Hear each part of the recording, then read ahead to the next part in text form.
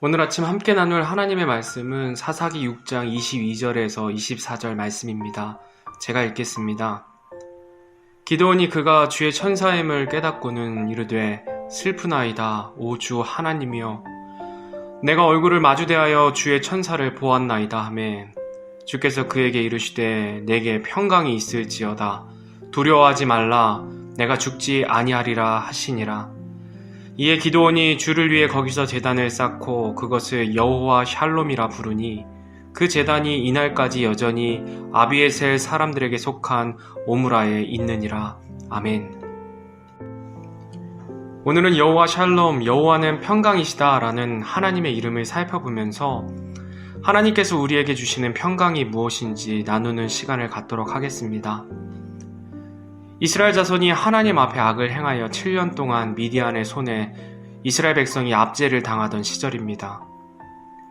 이스라엘 백성이 열심히 한 해 농사를 지어 추수할 때가 이르면 주변 나라의 노략군들이 이스라엘 백성의 농작물을 빼앗아가 도저히 살아갈 수 없는 상황에 이르렀습니다.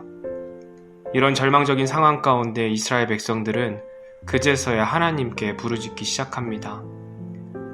그 전까지는 하나님께서 가장 싫어하시는 이방신을 섬기던 그들이 막다른 골목에 다다라서야 하나님을 찾기 시작한 것입니다. 이스라엘 백성처럼 많은 전쟁을 치르면서도 아직까지 살아남은 민족이 많지 않습니다. 그래서 그들의 인사만 봐도 그들이 얼마나 평화에 목말라 있는지 알 수 있습니다. 그들의 인사말은 샬롬입니다. 지난밤에 이방 민족들이 노력하지는 않았는지 묻는 것이 전통이 되어서 인사말이 될 정도로 많은 침략을 당한 민족이 이스라엘 백성입니다. 이것은 우리나라도 마찬가지입니다. 우리나라의 인사도 안녕하세요입니다. 안녕이라는 단어 역시 샬롬과 마찬가지 의미로 아무 탈 없이 편안한 상태를 의미하는 인사말입니다. 그만큼 우리나라도 침략을 많이 당하고 하루하루 살기가 힘들었던 민족이라는 것이지요. 샬롬의 의미는 평화, 복지, 번영, 행복, 건강, 안전, 완전 등을 의미합니다. 성경에서는 세 가지 차원의 샬롬이 나타납니다. 그 첫째는 개인적 차원의 샬롬입니다.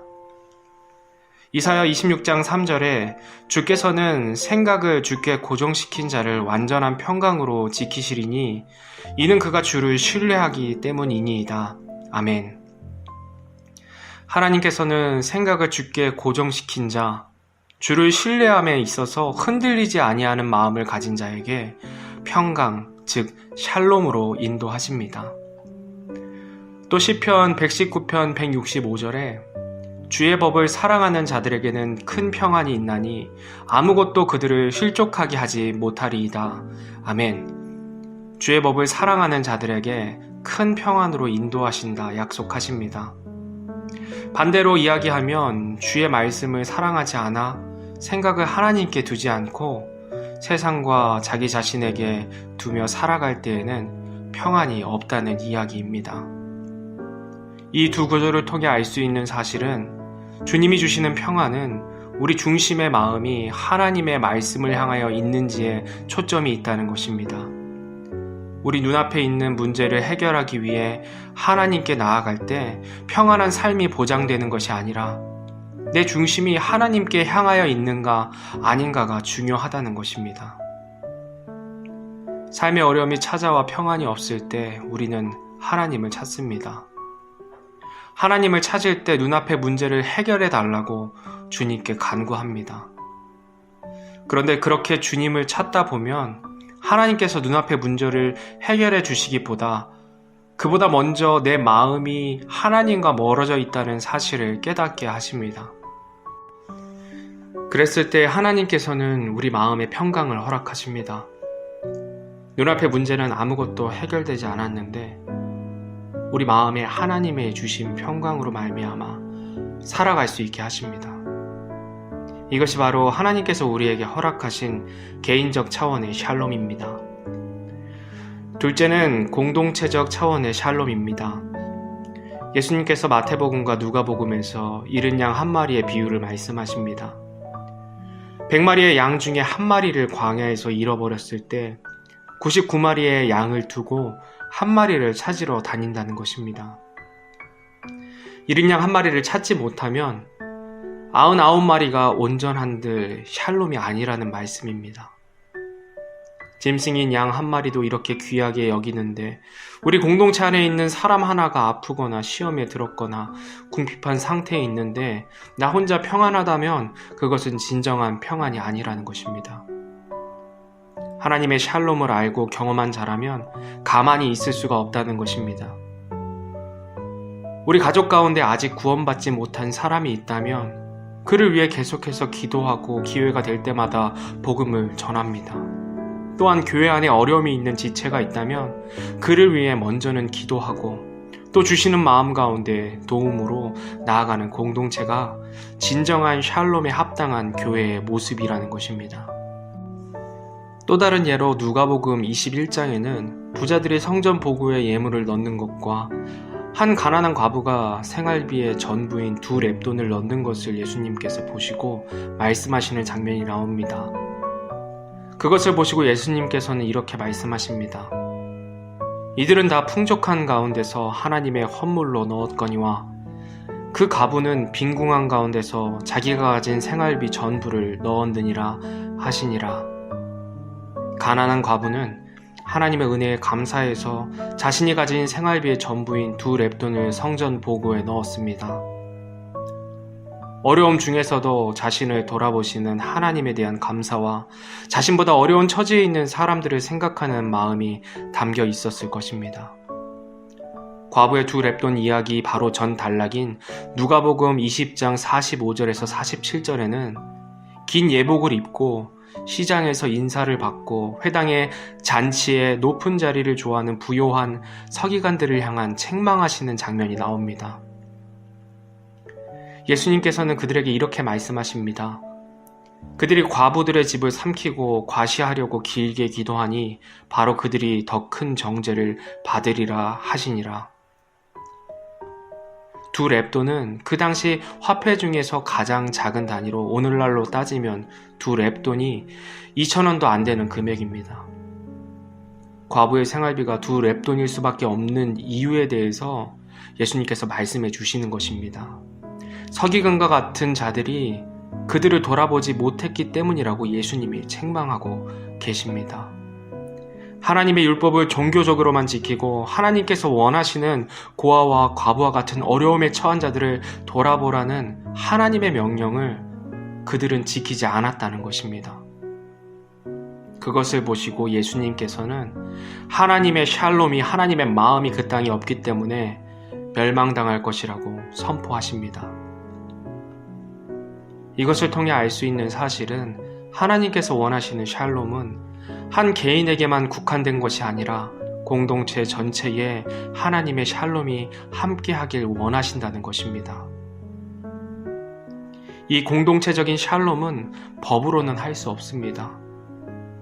하나님의 샬롬을 경험한 자들, 구원받아 성령 하나님의 인도하심에 따라 사는 자들이, 주님을 사랑하는 자들이 삶 가운데서 자연스럽게 연약한 자들을 돌아보고 기도하며 재정을 흘려보낼 때 가능한 것입니다.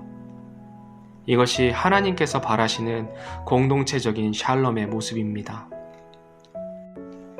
마지막으로 세 번째 샬롬은 예수 그리스도로 인한 하나님과 우리와의 샬롬입니다. 오늘 본문 가운데 기드온은 주의 천사인 줄 깨닫고 천사를 대면한 자신이 죽을 것이라 생각해 슬퍼하는 장면이 나옵니다. 죄인된 사람이 하나님을 대면하면 죽을 수밖에 없는 것임을 기드온은 잘 알고 있었습니다. 그러나 하나님께서는 기드온에게 내게 평강이 있을지어다 두려워하지 말라 내가 죽지 아니하리라 말씀하십니다. 죄의 삭은 사망입니다. 죄로 인해 죽을 수밖에 없는 것이 하나님께서 정하신 법입니다.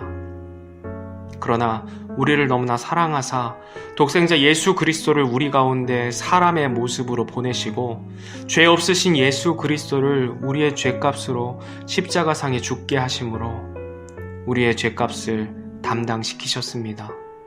그것을 믿는 자마다 의롭게 되어서 담대히 하나님 앞으로 나아갈 수 있게 된 것입니다.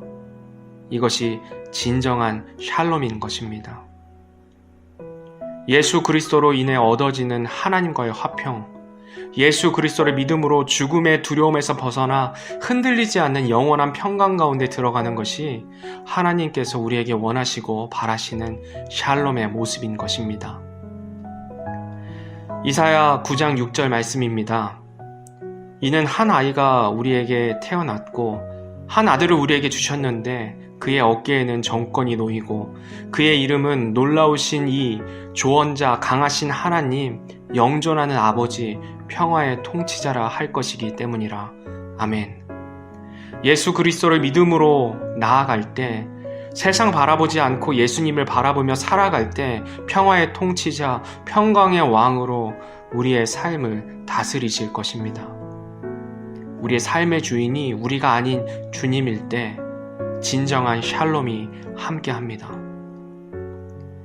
2021년 새해가 밝았습니다. 올 한 해도 여호와 샬롬의 하나님께서 성도님들의 마음과 생각을 지켜주시고 삶의 현장에 하나님의 샬롬이 함께하기를 주님의 이름으로 소원합니다. 또한 우리 주변에 어려움에 처한 성도님들이 있다면 예수님께서 잃은 양 한 마리를 찾아가신 것처럼 또 가난한 과부가 하나님을 사랑하고 이웃을 사랑해서 가진 전부를 드렸던 것처럼 어려움에 처한 그들에게 마음을 쓰고 기도하고 재정을 흘려보내며 하나님의 샬롬이 우리의 가정과 교회 안에 이루어지는 한 해가 되기를 주님의 이름으로 소원합니다. 무엇보다도 예수 그리스도의 희생으로 구원받아 우리와 하나님과의 샬롬이 회복된 것을 늘 기억하고 그것을 감사하고 기뻐하는 우리가 되기를 주님의 이름으로 소원합니다.